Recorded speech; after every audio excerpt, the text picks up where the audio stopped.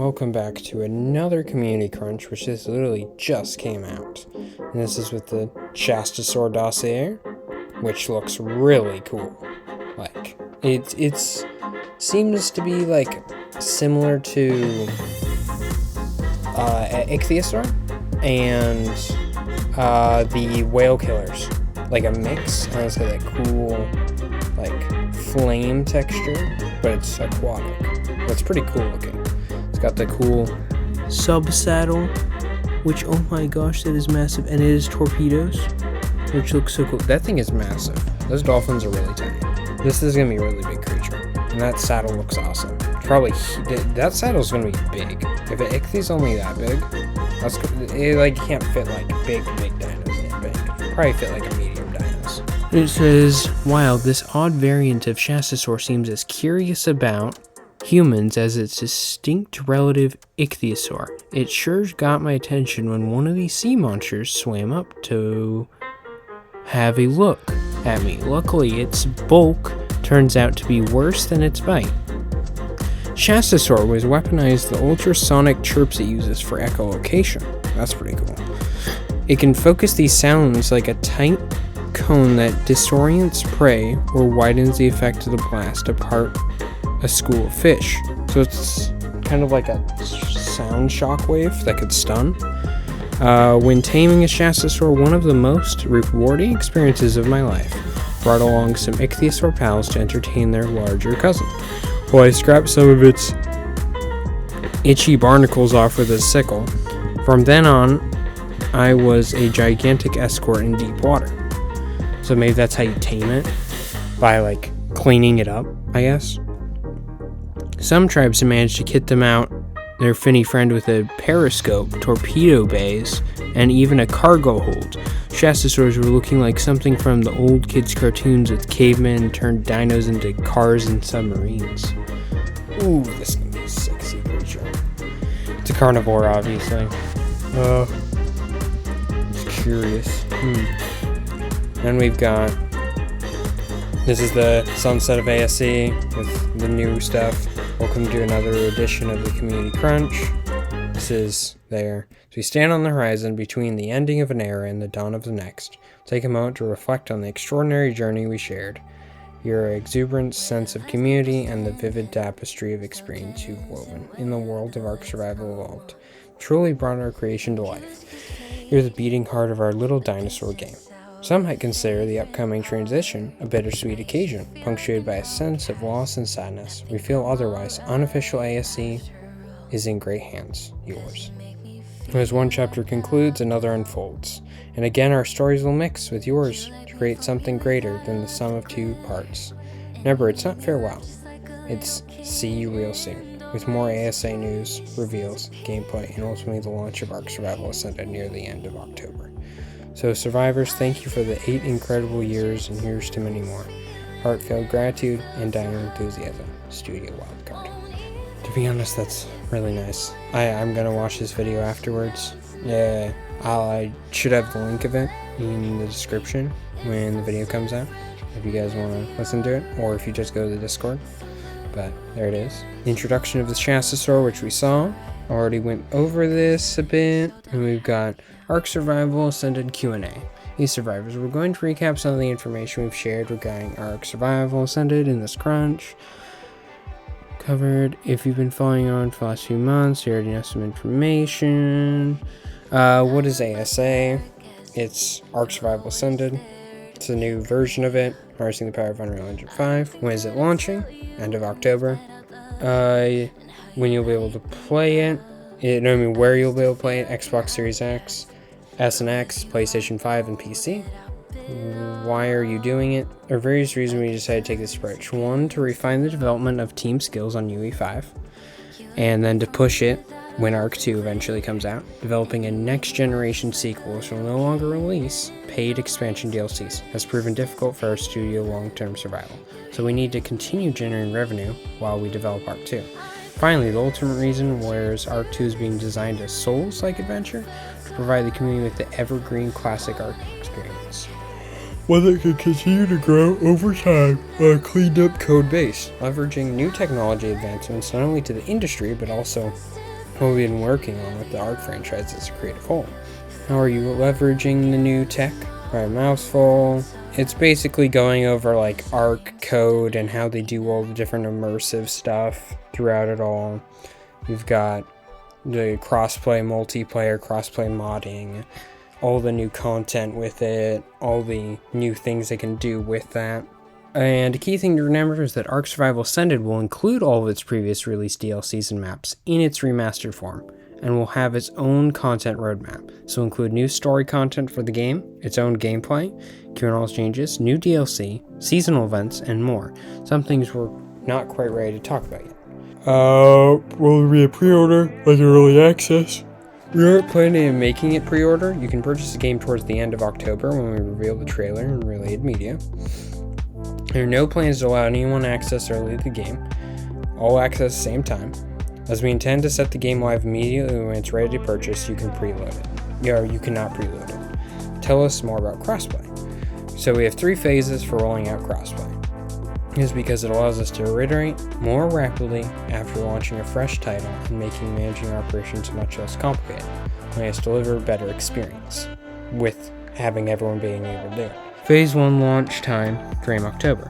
Crossplay will be enabled for all of them. Crossplay will not work for Steam PC at launch, which is not end of the world, but for Windows PC, Xbox, and PlayStation, all can play together. Steam PC will get it eventually. While frankly, when we launch the game, we'll have a patch a lot because if you find things you missed or break the game in ways you've never identified. We'd prefer to be able to patch the Steam platform very quickly to resolve these issues. Once the game has passed the launch hurdles and has entered a more stable state, certifying builds on other platforms will be much quicker, and so at this point we'll be looking into enabling full crossplay. We'll split official servers between the respective crossplay platforms. We'll also intend to host some servers that are crossplay on between Xbox Series X and S, PlayStation 5 to keep out the PC, Master Race folks. Phase 2 is full crossplay. Timeframe for December. Crossplay is now enabled for all platforms, meaning Steam can play with Xbox and vice versa. At this point, we'll be at the stage where the game can fully enable crossplay for all platforms. What does this mean? We're aiming to patch all platforms simultaneously and keep them running on the same version, so that everyone can always get the same updates. This applies on both official and unofficial. Only restricted to, Phase 3, cross progression. Cross progression isn't going to be enabled with full crossplay because we need to integrate some forthcoming updates to the Epic's online service system. When we don't have the exact time frame for that because it's out of our control, and the integration may take some time. Plus, we're still working out the kinks for how we intend to enable cross progression for existing accounts. What changes have been made for servers? So we've made a few changes to servers.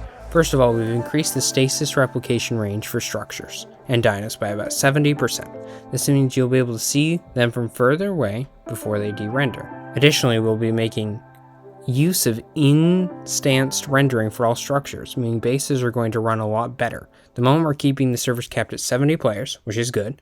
With a lot of other changes we've made, we had made many trade-offs, and right now the tech nor hardware isn't quite yet to increase the slot cap much higher. We'll be elevating as increase in the future. Of course, run unofficial servers can increase to 100. Reduce the stasis replication range or lower the maximum dino count to make that actually work. What content changes have been made for day 1? Caves, rafts, cryopods, tech, giant squirrels. Oh, this is a hot topic, and we want to clarify our intentions, but we haven't been surprised if some things have slipped through cracks. Generally, we intend to release content based on the map it's launched with. It doesn't matter when it's launched, for example, the rafts will be available on day 1. The Rhinonathon Island, however, tech creature variants and cryopods will not be available. We have done a pass on caves with some balance adjustments to choke points, improve the cave's internal appearance.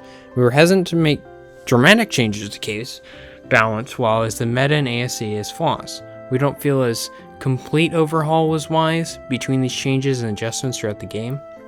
We expect to see some shifts in the meta players create. Man to monitor it all, On the game side, they overhauled building, disabled leveling of movement speed on creatures and players on official network. Ooh, that's a big game changer.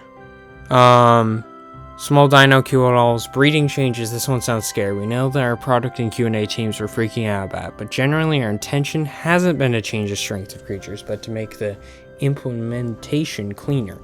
Previously, mutations were based on a creature's wild stat multiplier. Now we've given it its multiplier. This has led to some creatures receiving some buffs, nerfs, or particular stats. Well, we intend to rebalance this over time as we evaluate the rules in the meta. We have not fixed getting more than 20 mutations, but we've removed the 255 cap so that servers can specify a cap. We will leave it as for officials as 255, but it's open to adjustments. Interesting. So does that mean you only can get your creature to level 255 at max?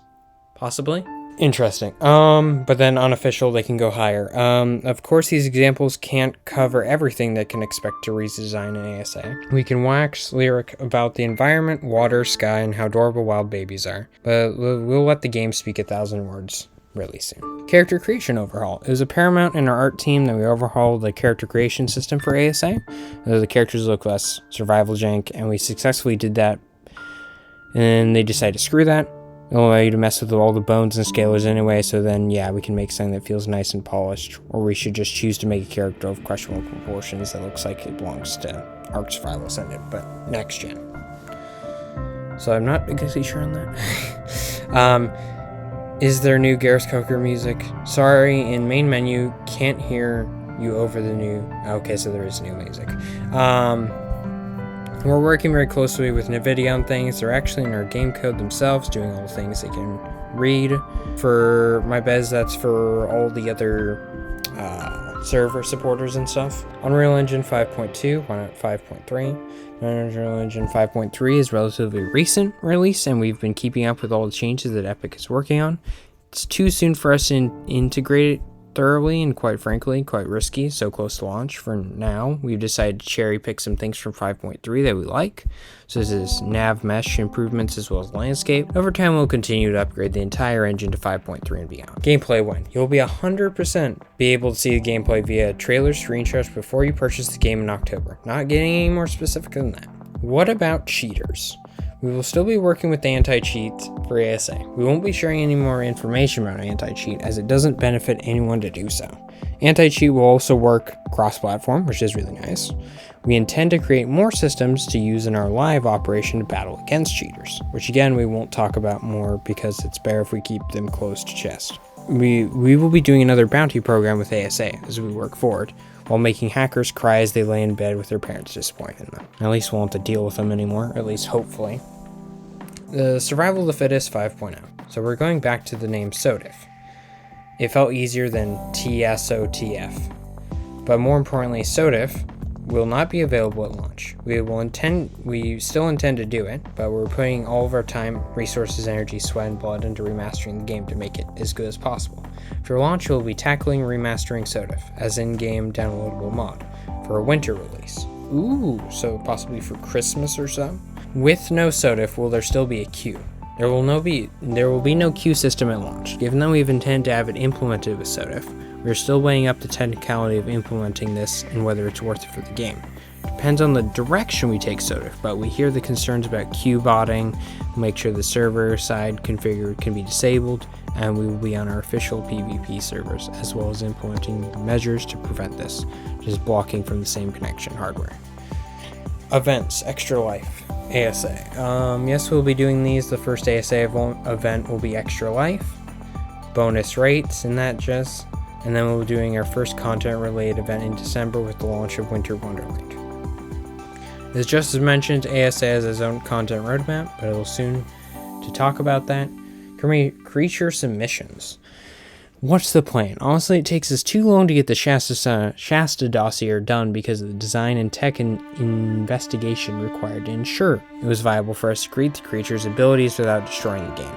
It's a challenge, but we're getting it done. This kind of threw a spanner in our calendar for doing creature votes. We might take a break because voter fatigue is creeping in. Plus, once ASA ships, the meta might establish a need for different types of creatures. We want to give you some time before the next vote to think about it. Then, developer Q&As, blogs, vlogs, streams, etc. We have intentionally been very quiet in the last year as we've worked aggressively on shipping ASA once the game is out the door. We intend to do a 180 and will become more directly engaged with the community we've been reading and monitoring throughout Trust. It includes all the stuff they've done, and thanks for the Q&A. It was great to answer all the questions. Please check for our new release, Ark Survival Ascended, coming to a virtual video game store at the end of October.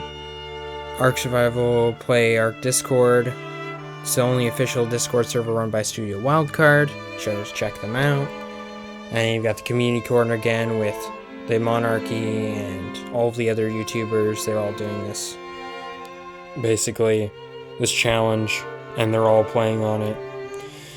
And yeah, that's a bit. This looks very, very promising with all the amount of stuff that they gave away. Should be very excited. And remember to watch their video, We Aren't Meant to Live Forever, on YouTube. And I will see you in the next one. Peace.